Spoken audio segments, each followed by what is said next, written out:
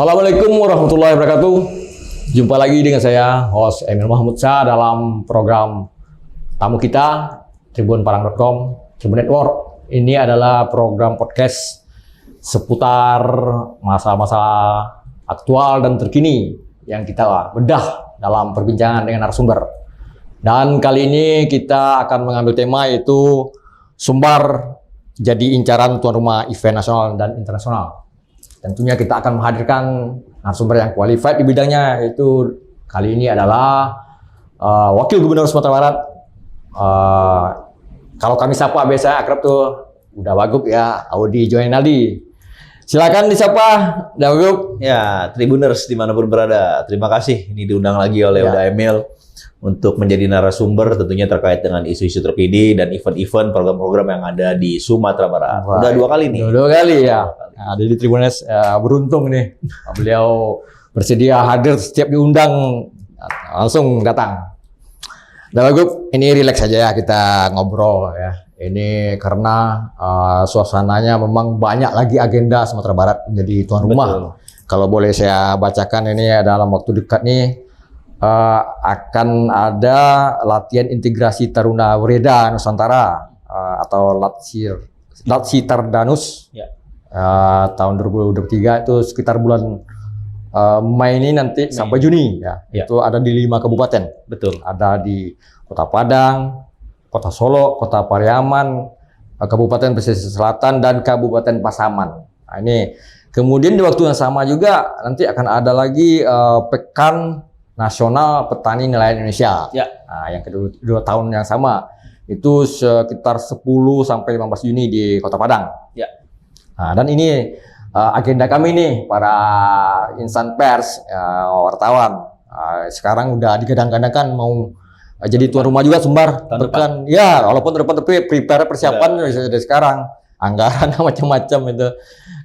Tuan rumah Pekan Olahraga Wartawan Nasional dan tahun 2024. Sekitar akhir atau September lah mungkin nanti setelah PON sebenarnya. Ya. Tapi persiapan itu harus dari sekarang. Jelas persiapan sekarang. Dan untuk level internasional ini ada beberapa ini juga mungkin Wagub juga yang launching dengan Menteri Sandiaga Uno ya. Menteri Pariwisata. Itu World Islamic Entrepreneur Summit WIS atau 2023 dan sangat luar biasa visinya menjadikan Indonesia sebagai pusat industri halal dunia. Ini luar biasa. Jadi Wagub dari situ tentu Wagub silakan tanggapilah dengan adanya rangkaian atau itu. Ya, Emil, yang pertama terima kasih nih undangan Tribun Padang, Tribuners menyaksikan kedua kalinya kami diundang ke sini dan kali ini membahas mengenai program-program atau event-event nasional maupun internasional yang alhamdulillah masuk ke provinsi yang kita cintai Sumatera Barat. Jadi pertama, kita alhamdulillah termasuk satu-satunya provinsi di Indonesia yang melaunching tahun kunjungan pariwisata tahun ini. Oh ya. Ya, Visit Beautiful West Sumatra 2023. Nah, ini diakui oleh Bapak Menteri Pariwisata Ekonomi Kreatif Pak Sandi Uno. Waktu itu bilang, ini hanya Sumatera Barat provinsi yang mengajukan tahun kunjungan wisata ke kementerian secara resmi ya. Dan alhamdulillah waktu itu juga Pak Menteri membantu melaunching di awal tahun 2023 ini. Jadi apa itu Visit Beautiful West Sumatra? Jadi memang kita penuhi seluruh kota kabupaten kita, 19 kabupaten di Sumatera Barat dengan event-event pariwisata, berbagai macam event pariwisata. Setiap kota kabupaten menyiapkan event pariwisata masing-masing menjadi satu kesatuan kalender pariwisata. Jadi sepanjang tahun di Sumatera Barat ini ada event-event pariwisata dan kebudayaan yang masuk ke dalam situ. Ya, itu apresiasi dari Pak Menteri bahwasanya kita satu-satu provinsi yang melaunching tahun kunjungan pariwisata. Kenapa tahun 2023? Karena 2024 kemungkinan tahun politik agak sulit. Jadi kita launching tahun ini. Nah, di samping itu seperti Daimel bilang tadi, alhamdulillah kita juga ketiban rezeki ya. Kalau saya bilang ketiban rezeki kenapa? Kita dipercaya oleh pertama dari kawan-kawan TNI Polri melalui Akademi TNI dan Akademi Polisian sebagai tuan rumah Latsitardanus. Ya, Latsitardanus itu adalah taruna tingkat akhir atau tingkat 4 di akademi masing-masing plus IPDN. Ya, membaktikan diri kepada masyarakat di provinsi tertentu. Nah, alhamdulillah tahun ini provinsi Sumatera Barat.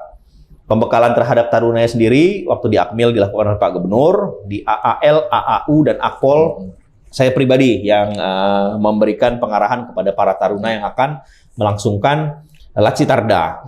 Nah, pembukaannya direncanakan, semoga fix nggak bergeser, tanggal 19 Mei. Ya. Hari Jumat ini di Kota Padang. Nah, nanti taruna itu dari darat, laut, udara, dan polisi, EPDN, disebar ke 5 kota kabupaten yang Emil sebut tadi. Nah, mereka akan melakukan berbagai macam kegiatan, baik kegiatan fisik, ya kan, membantu pembangunan, dan kegiatan non fisik seperti misalnya penyuluhan narkoba ke SMA, terus membantu sosialisasi ke masyarakat mengenai bahaya narkoba, kriminalitas dan sebagainya. Ya, jadi ada 2 kegiatan fisik dan non fisik yang mereka akan lakukan para taruna tingkat akhir nih, calon-calon perwira TNI Polri dan IPDN di Sumatera Barat. Nah, ini kan cukup banyak nih, kayak dari ke Akpol itu kemarin tuh waktu saya di sana 295, Akmil itu 300-an. Jadi mungkin ribuan orang juga yang datang di luar pendamping ya, terus pembina perwira-perwiranya, tim masing-masingnya itu.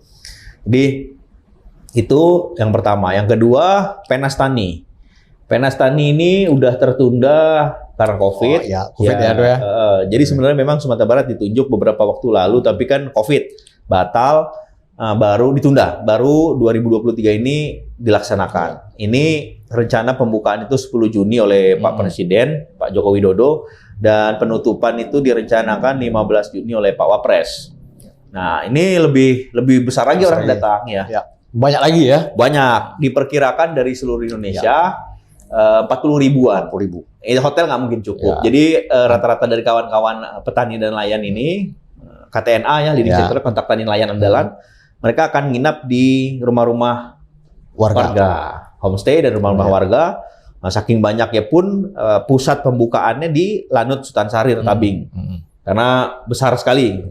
Saya rasa nggak ada tempat yang bisa nampung lain, bisa sebanyak itu. Nah, ini juga tentunya sebuah hal yang sangat positif. Banyak orang datang, nginap, belanja, makan, minum, dan sebagainya. Ini pun pas juga kemarin udah dibahas juga oleh Pak Gubernur, bahwasanya mudik ini juga naik kita. 135%-an lebih mungkin. Nah, ini juga kemarin juga membantu menggerakkan ekonomi di Sumatera Barat. Nah, tadi yang kedua, Penastani ya. Penastani 10 Juni itu udah insya Allah fix sampai 15 Juni.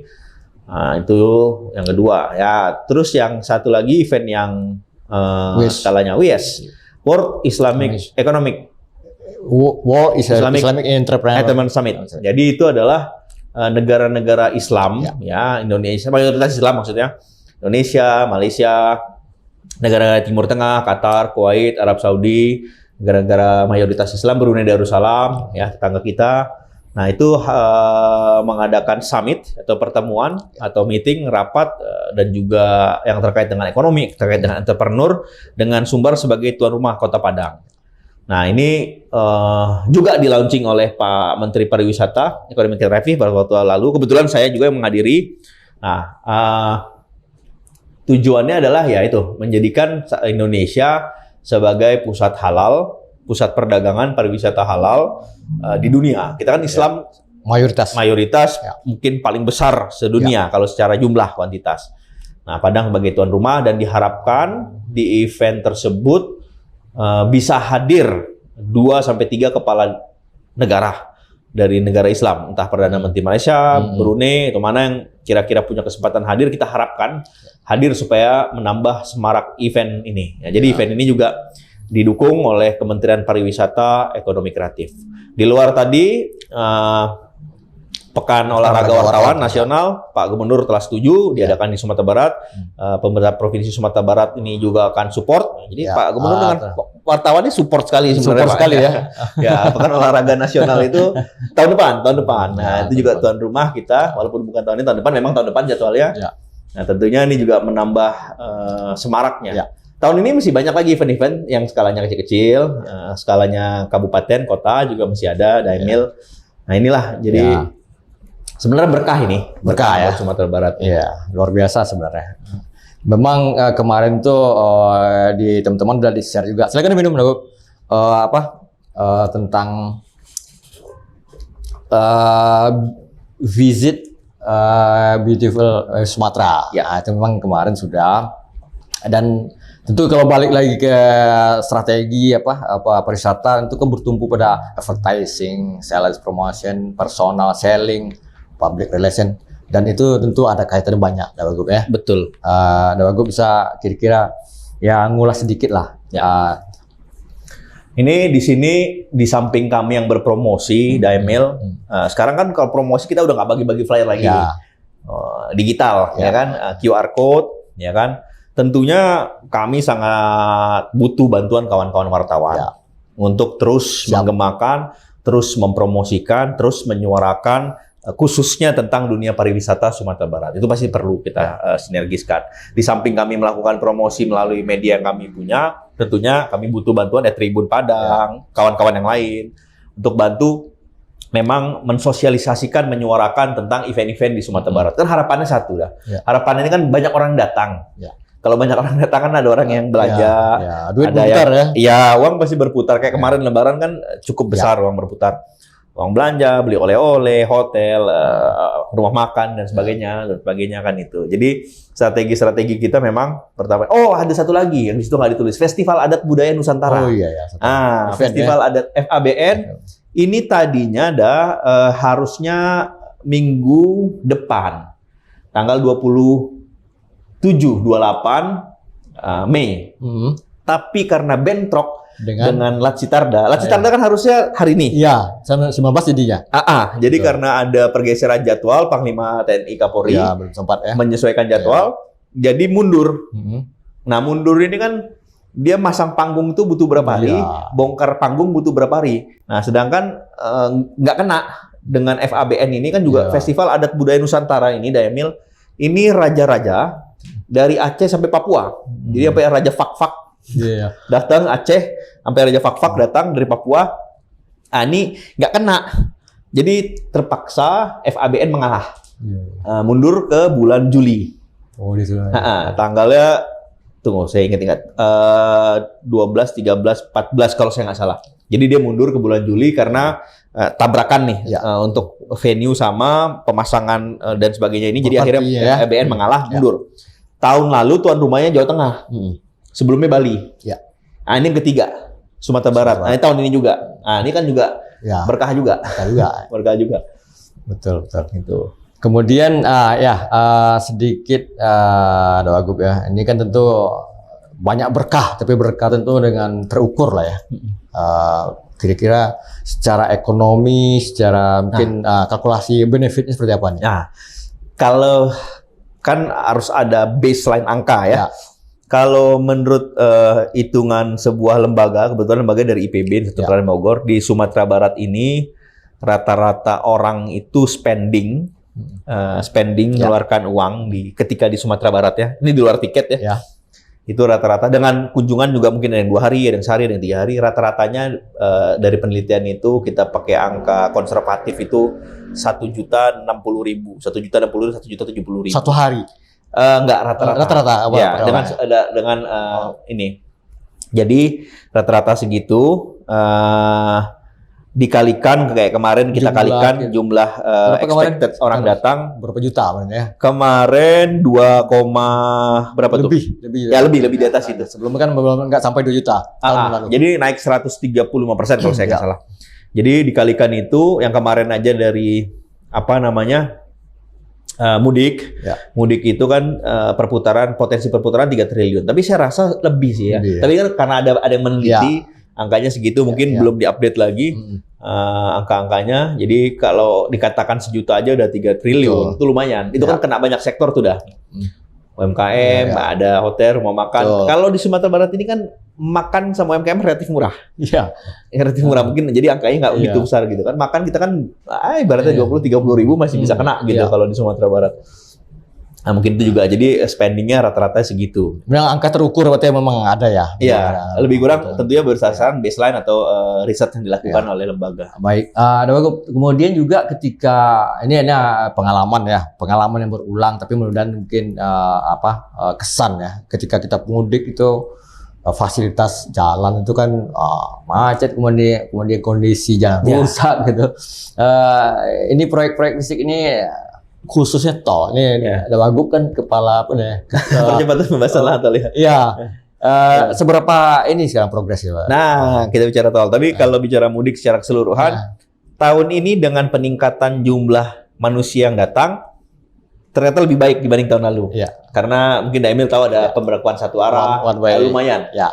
Walaupun itu terus dievaluasi oleh akademisi, UNAN, pakar transportasi, apa-apa aja poin-poin yang perlu ditambah atau disempurnakan. Jadi tahun ini dengan jumlah lebih banyak pemudik, tapi problem kemacetan nggak separah tahun lalu. Ya. Nah itu positif. Nah kalau kita bahas tol, alhamdulillah nanti Daimel follow TikTok saya nggak? Itu ada di Siap. saya bahas tol itu. Saya follow. Lahan 95% terbebas. Ya. Pengerjaan Alhamdulillah, fisik, alhamdulillah tinggal 5% lagi. Tapi pengerjaan fisik terus berlanjut. Itu udah di angka 35%. Nah, menurut Ibu Kepala HK, yang HKI yang sekarang bertugas, beliau bilang ke saya, ada di konten TikTok saya itu saya buat.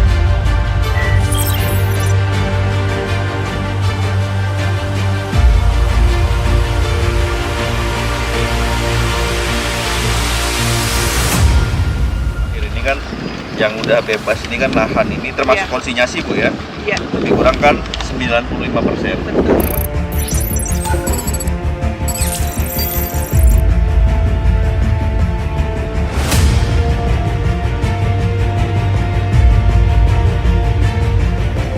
Kalau progres dari pengerjaan tolnya sendiri berapa persen? Alhamdulillah sudah 34%. 34%. Dengan 7 hari bekerja siang malam. Siang malam.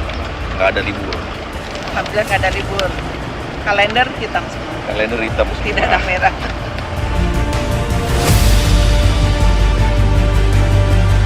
Ini kan jalannya nih udah pada jadi nih. Ya kan? Ya. Udah saya lihat nih udah kebentuk nih jalan-jalan tolnya. Tapi kok belum dicor atau disemen, diaspalin tuh kenapa tuh? Bu? Ya, ini karena struktur tanahnya memang harus dilakukan preloading. Ada pembebanan dulu sebelum dilakukan tahapan-tahapan berikutnya. Preloading ini harus kita biarkan dulu kurang lebih selama 3 bulan. 3 bulan ya? Ya, setelah ada rekomendasi preloading itu bisa diangkat, kemudian kami angkat, baru bisa dilakukan tahapan berikutnya dengan penimbunan yang sudah permanen. Menurut Bapak Ibu, kira-kira bisa selesai kapan nih kalau fisiknya nih? Kita asumsikan lahannya terbebas nih semuanya nih. Ya, 100%. tahun 2024 lah Pak. Diusahakan maksimal, ya? Diupayakan maksimal.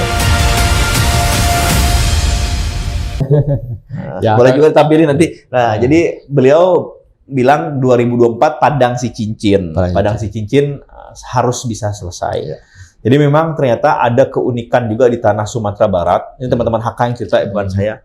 Tanah-tanahnya jadi saya tanya ini udah dicor, udah di ini kok belum diaspal, belum ini. Dia butuh 3 bulan lagi buat ngebuat stabil. Nah, ada tuh penjelasannya di TikTok ya. Di konten tentang tol yang saya buat itu ada juga di situ. Jadi tanah itu 95% terbebas, alhamdulillah. Fisik pengerjaan 35%, dan menurut Ibu Kepala mereka bekerja itu 7 hari seminggu, siang malam. Oh, berarti non-stop ya? Non-stop. Betul-betul maraton. Ya, kemarin kan kami turun pas puasa pun kami sempat turun. Ya. Baik, Wagub. Ini pertanyaan hampir di penghujung nih, tapi saya minum dulu. Wagub. Biar pertanyaan ini seksi nih bagi publik. Ya, sebenarnya sebelum masuk ke tahun politik. Nah, ini pertanyaan memang sebenarnya sering ada Wagub juga sering menjawab, tapi di podcast ini belum pernah. Poin pertanyaan ini belum pernah diajukan, dilontarkan di kayak ada Wagub. Apakah kemungkinan ada Wagub nanti maju kembali dalam Pilgub 2024 dan tetap bersama Buya Mahyildi, atau sendirian dengan ada pendamping? Silakan Wagub. Kalau kami Pak Damil sekarang dengan Pak Gubernur hubungan amat sangat baik dan harmonis ya. Nah, bukan hanya di mulut saya, tapi memang Pak Gubernur memberikan saya banyak peluang dan banyak kesempatan dan tidak membatasi ruang gerak kami sebagai wakil ya. Yang mungkin terjadi di kota kabupaten atau provinsi lain mungkin terjadi seperti itu. Tapi di Sumatera Barat ini hubungan sangat nyaman. Nah, ini bisa di cross check ke kepala OPD. Kalau saya pribadi saya bilang dengan Pak Gubernur gitu kan. Kalau saya pribadi, kalau Pak Gubernur ajak saya lagi jadi wakilnya, oke kita sama-sama lagi ikut Pilkada 2024 gitu. Tapi kalau Pak Gubernur misalnya nggak mengajak saya gitu kan, itu kan hak politik. Ya. Kalau Pak Gubernur nggak mengajak saya nggak akan maju sendirian atau melawan beliau di kontestasi, tidak. Jadi kalau misalnya ibaratnya kalau Pak Gubernur ajak, oke kita sama-sama. Kalau nggak ya saya pulang kampung aja. Gitu. Itu jawaban Tribuners yang penasaran. Silakan dicatat ya. Kita catat bersama-sama. Mudah-mudahan ini konsisten. Insya Allah Oke. konsisten. Baik, Dawagub. Satu hal lagi, Dawagub ya. Ini terakhirnya persoalan isu karena kita tadi di prolognya kan isu sentral Itu yang terkini. Nah, ini berkaitan juga dengan kami nih, teman-teman. ya. Kebetulan ada sedikit kemarin ya insiden sedikit lah saat pelantikan Wakil Wali Kota Padang tanggal 9 Mei di auditorium. Dan teman-teman sempat memfollow up jadi berita dan di blow up sampai ke aksi. Ya sampai ke ya advokasi secara hukum ya menurut saya itu sejauh ini tentu Dawagub sebagai dalam kapasitas ya institusi lah ya. Ya paling tidak merespon lah. Walaupun sudah ada seluruhnya sudah merespon secara kelembagaan. Baik menghadapi aksi demo, menjawab konfirmasi. Tapi mungkin di podcast ini Dawagub mohonlah beri silakan dong. Ya, jadi kan kejadian tanggal 9 Mei itu berita yang beredar yang kita lihat adalah pengusiran kawan-kawan saudara-saudara pewarta ketika pelantikan Wakil Wali Kota Padang. Waktu itu pas di interview saya juga berdiri sebelah Pak Gubernur persis. Waktu doorstop ya? Waktu doorstop persis. Jadi saya persis sebelah Pak Gubernur, juga di depan kawan-kawan wartawan yang bertanya, dan memang mungkin sedikit kesal mukanya karena ada pengusiran, yang memang kami berdua juga kaget sebenarnya. Jujur kami berdua kaget, Pak Gubernur juga bingung, nggak tahu, saya pun juga nggak tahu. Tapi memang justru dari pernyataan Pak Gubernur waktu itu kan bilang, ini acaranya acara terbuka. Waktu itu saya ingat betul, karena saya sebelahnya, siapa saja boleh masuk. Bahkan Pak Gubernur tuh bilang, siapa yang mengusir, siapa namanya siapa, kasih tahu kami. Dan saya juga tambahkan itu, kasih tahu aja namanya siapa yang mengusir, gitu, gimana kejadian dan sebagainya. Nah, tentunya kita tanpa kami pasti kita saling membutuhkan media, dan tadi saya bilang Emil untuk promosi tentunya pasti kawan-kawan media punya peran yang sangat besar mempromosikan pariwisata Sumatera Barat. Ya kan? Terjadi mungkin miskomunikasi di lapangan, sesuatu yang kurang nyaman gitu kan. Ya, kalau memang itu ada, kalau saya minta maaf ke kawan-kawan wartawan.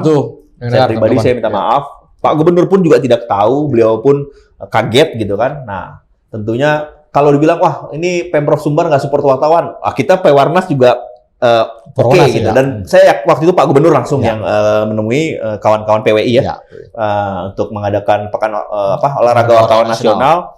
Pak Gubernur siap support, jadi kan kalau dibilang wah Pemprov Sumbar nggak support, nggak mungkin juga gitu, nggak mungkin, karena ini hubungan kita ini harusnya hubungan simbiosis mutualisme, saling membantu, saling menguntungkan.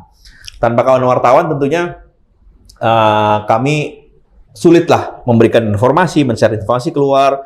Jadi nggak ada niatan dari Pak Gubernur, saya juga, dan juga kawan-kawan tuh untuk mengusir gitu.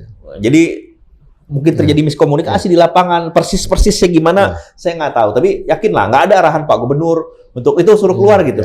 Ya, nggak tahu. Saya lihat betul karena saya berdiri sebelahnya, wajah beliau juga kaget gitu.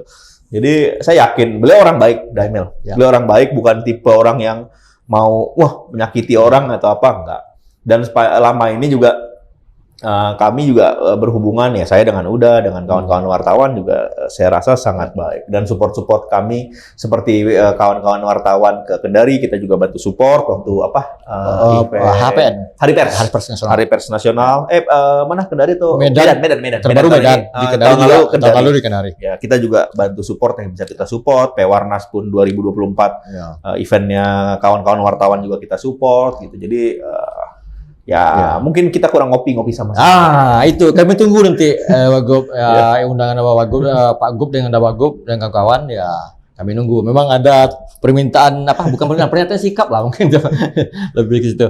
Baik Wagub, di penghujung sebelum kita closing ya kalau istilah ada kata-kata kunci Wagub singkat aja untuk pengunci. Ya, alhamdulillah Tribuners dimanapun berada, Sumatera Barat tahun ini kita dapat rezeki atau berkah dengan berbagai event, maupun event nasional maupun event berskala internasional. Berbagai event di setiap bulan kita hampir ada event. Tentunya kita butuh dukungan seluruh masyarakat Sumatera Barat untuk mensukseskan event-event tersebut. Juga dukungan dari seluruh kawan-kawan media, baik media cetak, sekarang elektronik lah ya, yang paling marak ya. Masuk media digital ya. Media digital yang paling marak untuk mensukseskan event ini, mensosialisasikan kepada masyarakat. Masyarakat kita juga harus selalu bersikap ramah terhadap pendatang, menjaga kebersihan tentunya, ya kan? Karena ini kesempatan kita untuk mengangkat nama Sumatera Barat. Jadi kolaborasi seluruh pihak, pemerintah provinsi sendiri, masyarakat, kawan-kawan media tentunya dibutuhkan. Untuk bukan hanya kami sendiri di Pemprov, tapi seluruhnya butuhkan untuk mensukseskan acara-acara nasional dan internasional di Sumatera Barat. Alhamdulillah. Baik, luar biasa, Wagub. Terima kasih sudah hadir yang kedua kali ini dan ini makin bernas ya obrolan kita.